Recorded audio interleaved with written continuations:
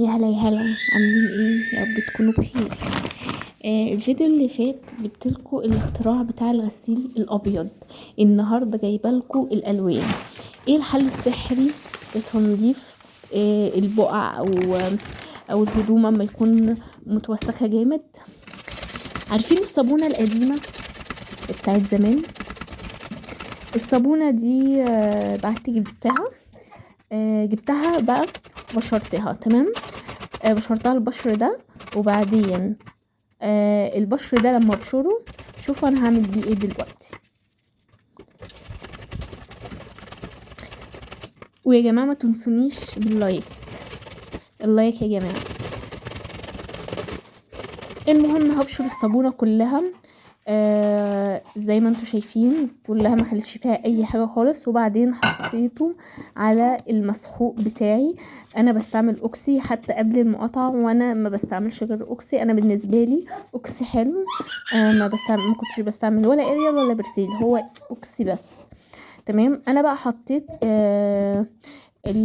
الصابون ده بشرته كويس جدا زي في المبشره، وبعدين حطيته عليه وقلبته كويس جدا.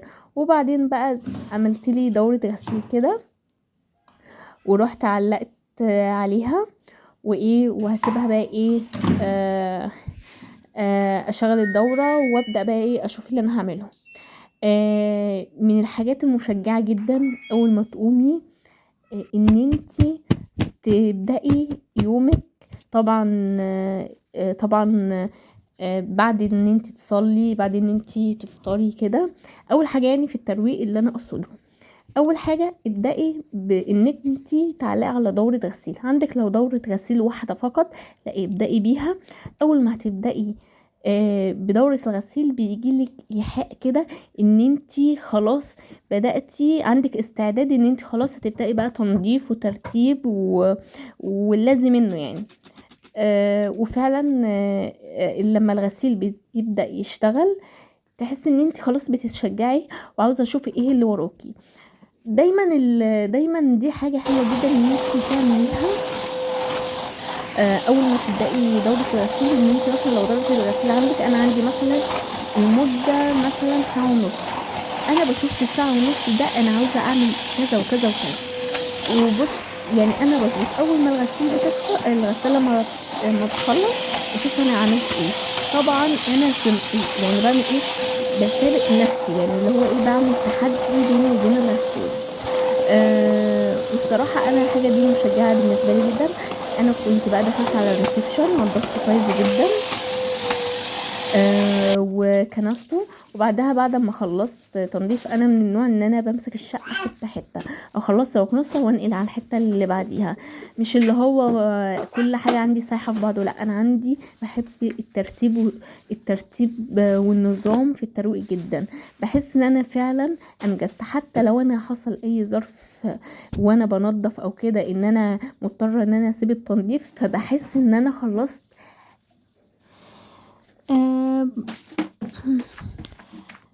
المهم يا جماعة، انا كنت فصلت الصوت يعني ورجعت لكم تاني. انا كنت بقول يعني ان انا لو جالي اي ظرف ولا حاجة ولا اي حاجة وان انا حبيت ان انا يعني بتقفي، يعني اي حد وهو بيروق ممكن يحصل اي حاجة بتسيبي التنظيف، فبيكون انتي هتلاقي نفسك في جزء خلصتيه نظفتيه وكنستيه ومسحتيه وفل 110 يعني. تمام. حتى لو في اتفضل ركن بايظ فانتي بتحسي احساس ان انتي انجزتي حاجة. بس انا مش من النوع اللي بسيب التنظيف اللي هو او الشقة كلها عايمة على بعضها، لا انا بحب انظف حاجة حاجة. حتى في التنظيف العميق برضو احب انضف حاجة حاجة. يعني اللي هو امسك مثلا النهاردة ارتب الدولاب تنظيف عميق مثلا، بعده انضف مثلا الحمام تنظيف عميق مثلا، اخد رف من او ضلفة من المطبخ تنظيف عميق. ماشي. بغض النظر بقى ان انا باجي بنضف الشقة تنظيفها كلها على بعضها مرة واحدة، ده برضو بيسهل عليا كتير. المهم يا جماعة، انتوا عاملين ايه واخباركم ايه؟ الدعاء لاهل غزة. يا رب الدعاء ليهم. انا لحد النهارده عاوزه يعني اجيب منظفات وكده.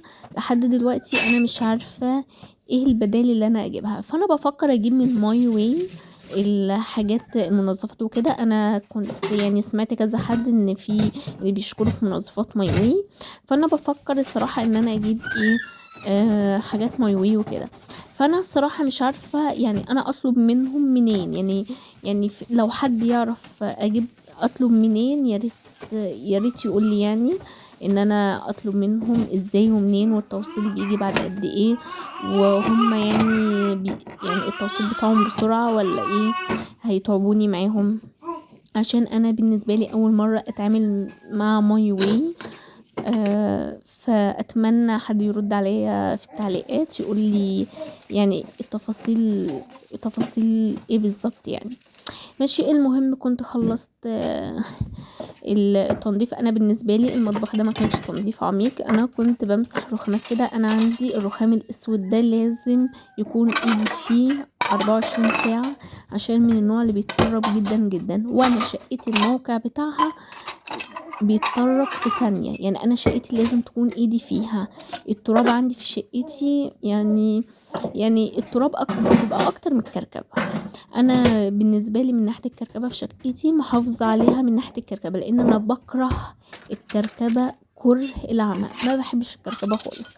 فدايما بتعامل مع الشقه ان ما يكونش فيها اي كركبه. بحب التنظيم وبحب النظام الصراحه. لما تكون الشقه مثلا بتيجي يبقى فيها كركبه او كده، بحس ان انا مخنوقه وقرفانه وزهقانه. ف فانا بالنسبه لي يعني بحب ان كل حاجه تكون في مكانها ومطرحها.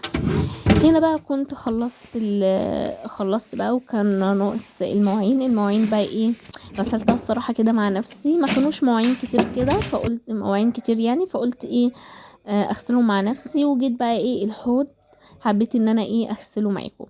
انا الحوض بحب استعمل له كلوركس جل، بيخليه بيلمع. وبقى اللي مزعلني يا جماعه جدا ان كلوركس جل ده من المقاطعه للاسف.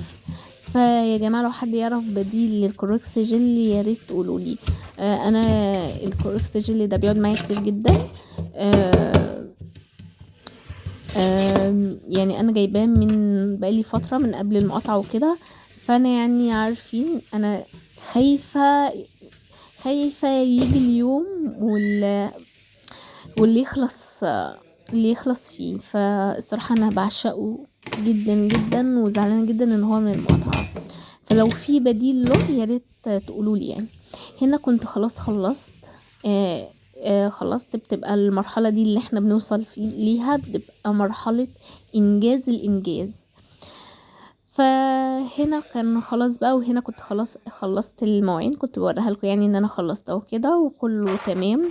هنا بقى ايه كنت بدأت اكنس الأرضية. انا يا جماعة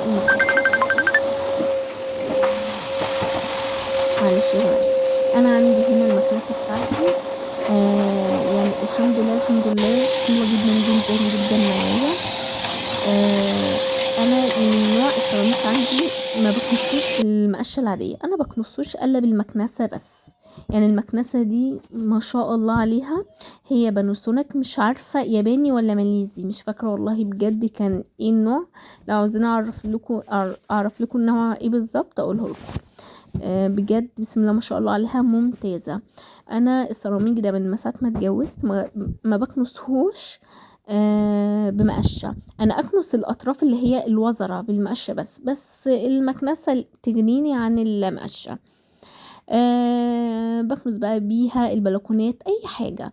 عندي هنا كنت بعد ما خلصت يعني كنس المطبخ، دخلت في كنت ساعتها بقى ايه، رحت كان عندي دورة الغسيل اللي انا حطيتها في اول الفيديو، رحت نشرتها وما صورتهاش برضو معاكم.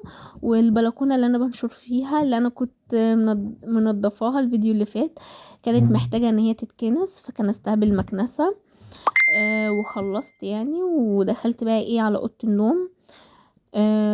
كانت الملاية محتاجة تتغير فغيرتها.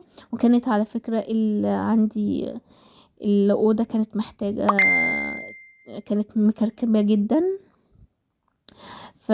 فبدأت فيها، كانت معصباني الصراحة.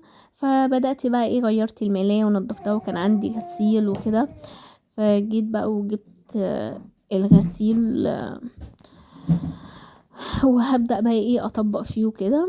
الغسيل ده ركناه بقالي يومين للأسف، والله يعني بقالي يومين. انا من الناس اللي بكره اركن الغسيل، بس والله بيبقى غصب عني. يعني يوم خرجت فيه من الصبح بدري، جيت على الساعة 1 بالليل طبعا.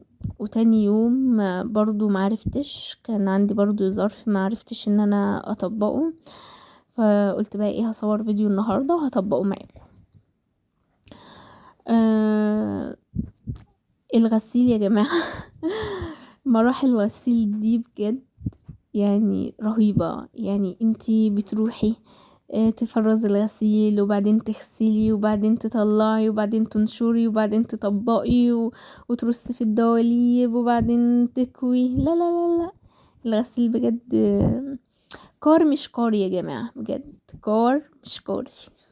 انا قبل ما اتجوز ما كنتش انا اللي كنت بغسل خالص، كانت مامتي هي اللي دايما تغسل. الغسيل هو كان دايما عليها، انا اللي كنت دايما اروق وهي تغسل. بس الغسيل هي اللي طول عمرها اللي كانت تغسل، انا كنت انشر بس وراها يعني. بس كغسيل لا. هنا بقى ايه، بعد ما طبقت وكده بدأت ان انا ايه اوضب كده، احط البطانية على السرير، وبدأت ان انا ألمع في التسريحة وكومودينو. وكنت خلاص الكركبة خلصت منها الحمد لله.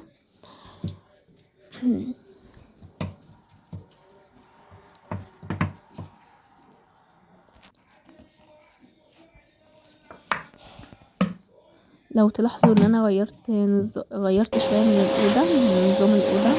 وهنا كنت بقى بدأت ان انا اكنس اوضة النوم. يا جماعة كده الفيديو بتاعي، لو كنتوا تشوفوا لحد هنا لايك وما تنسونيش في الشير، واشوفكم فيديو. باي.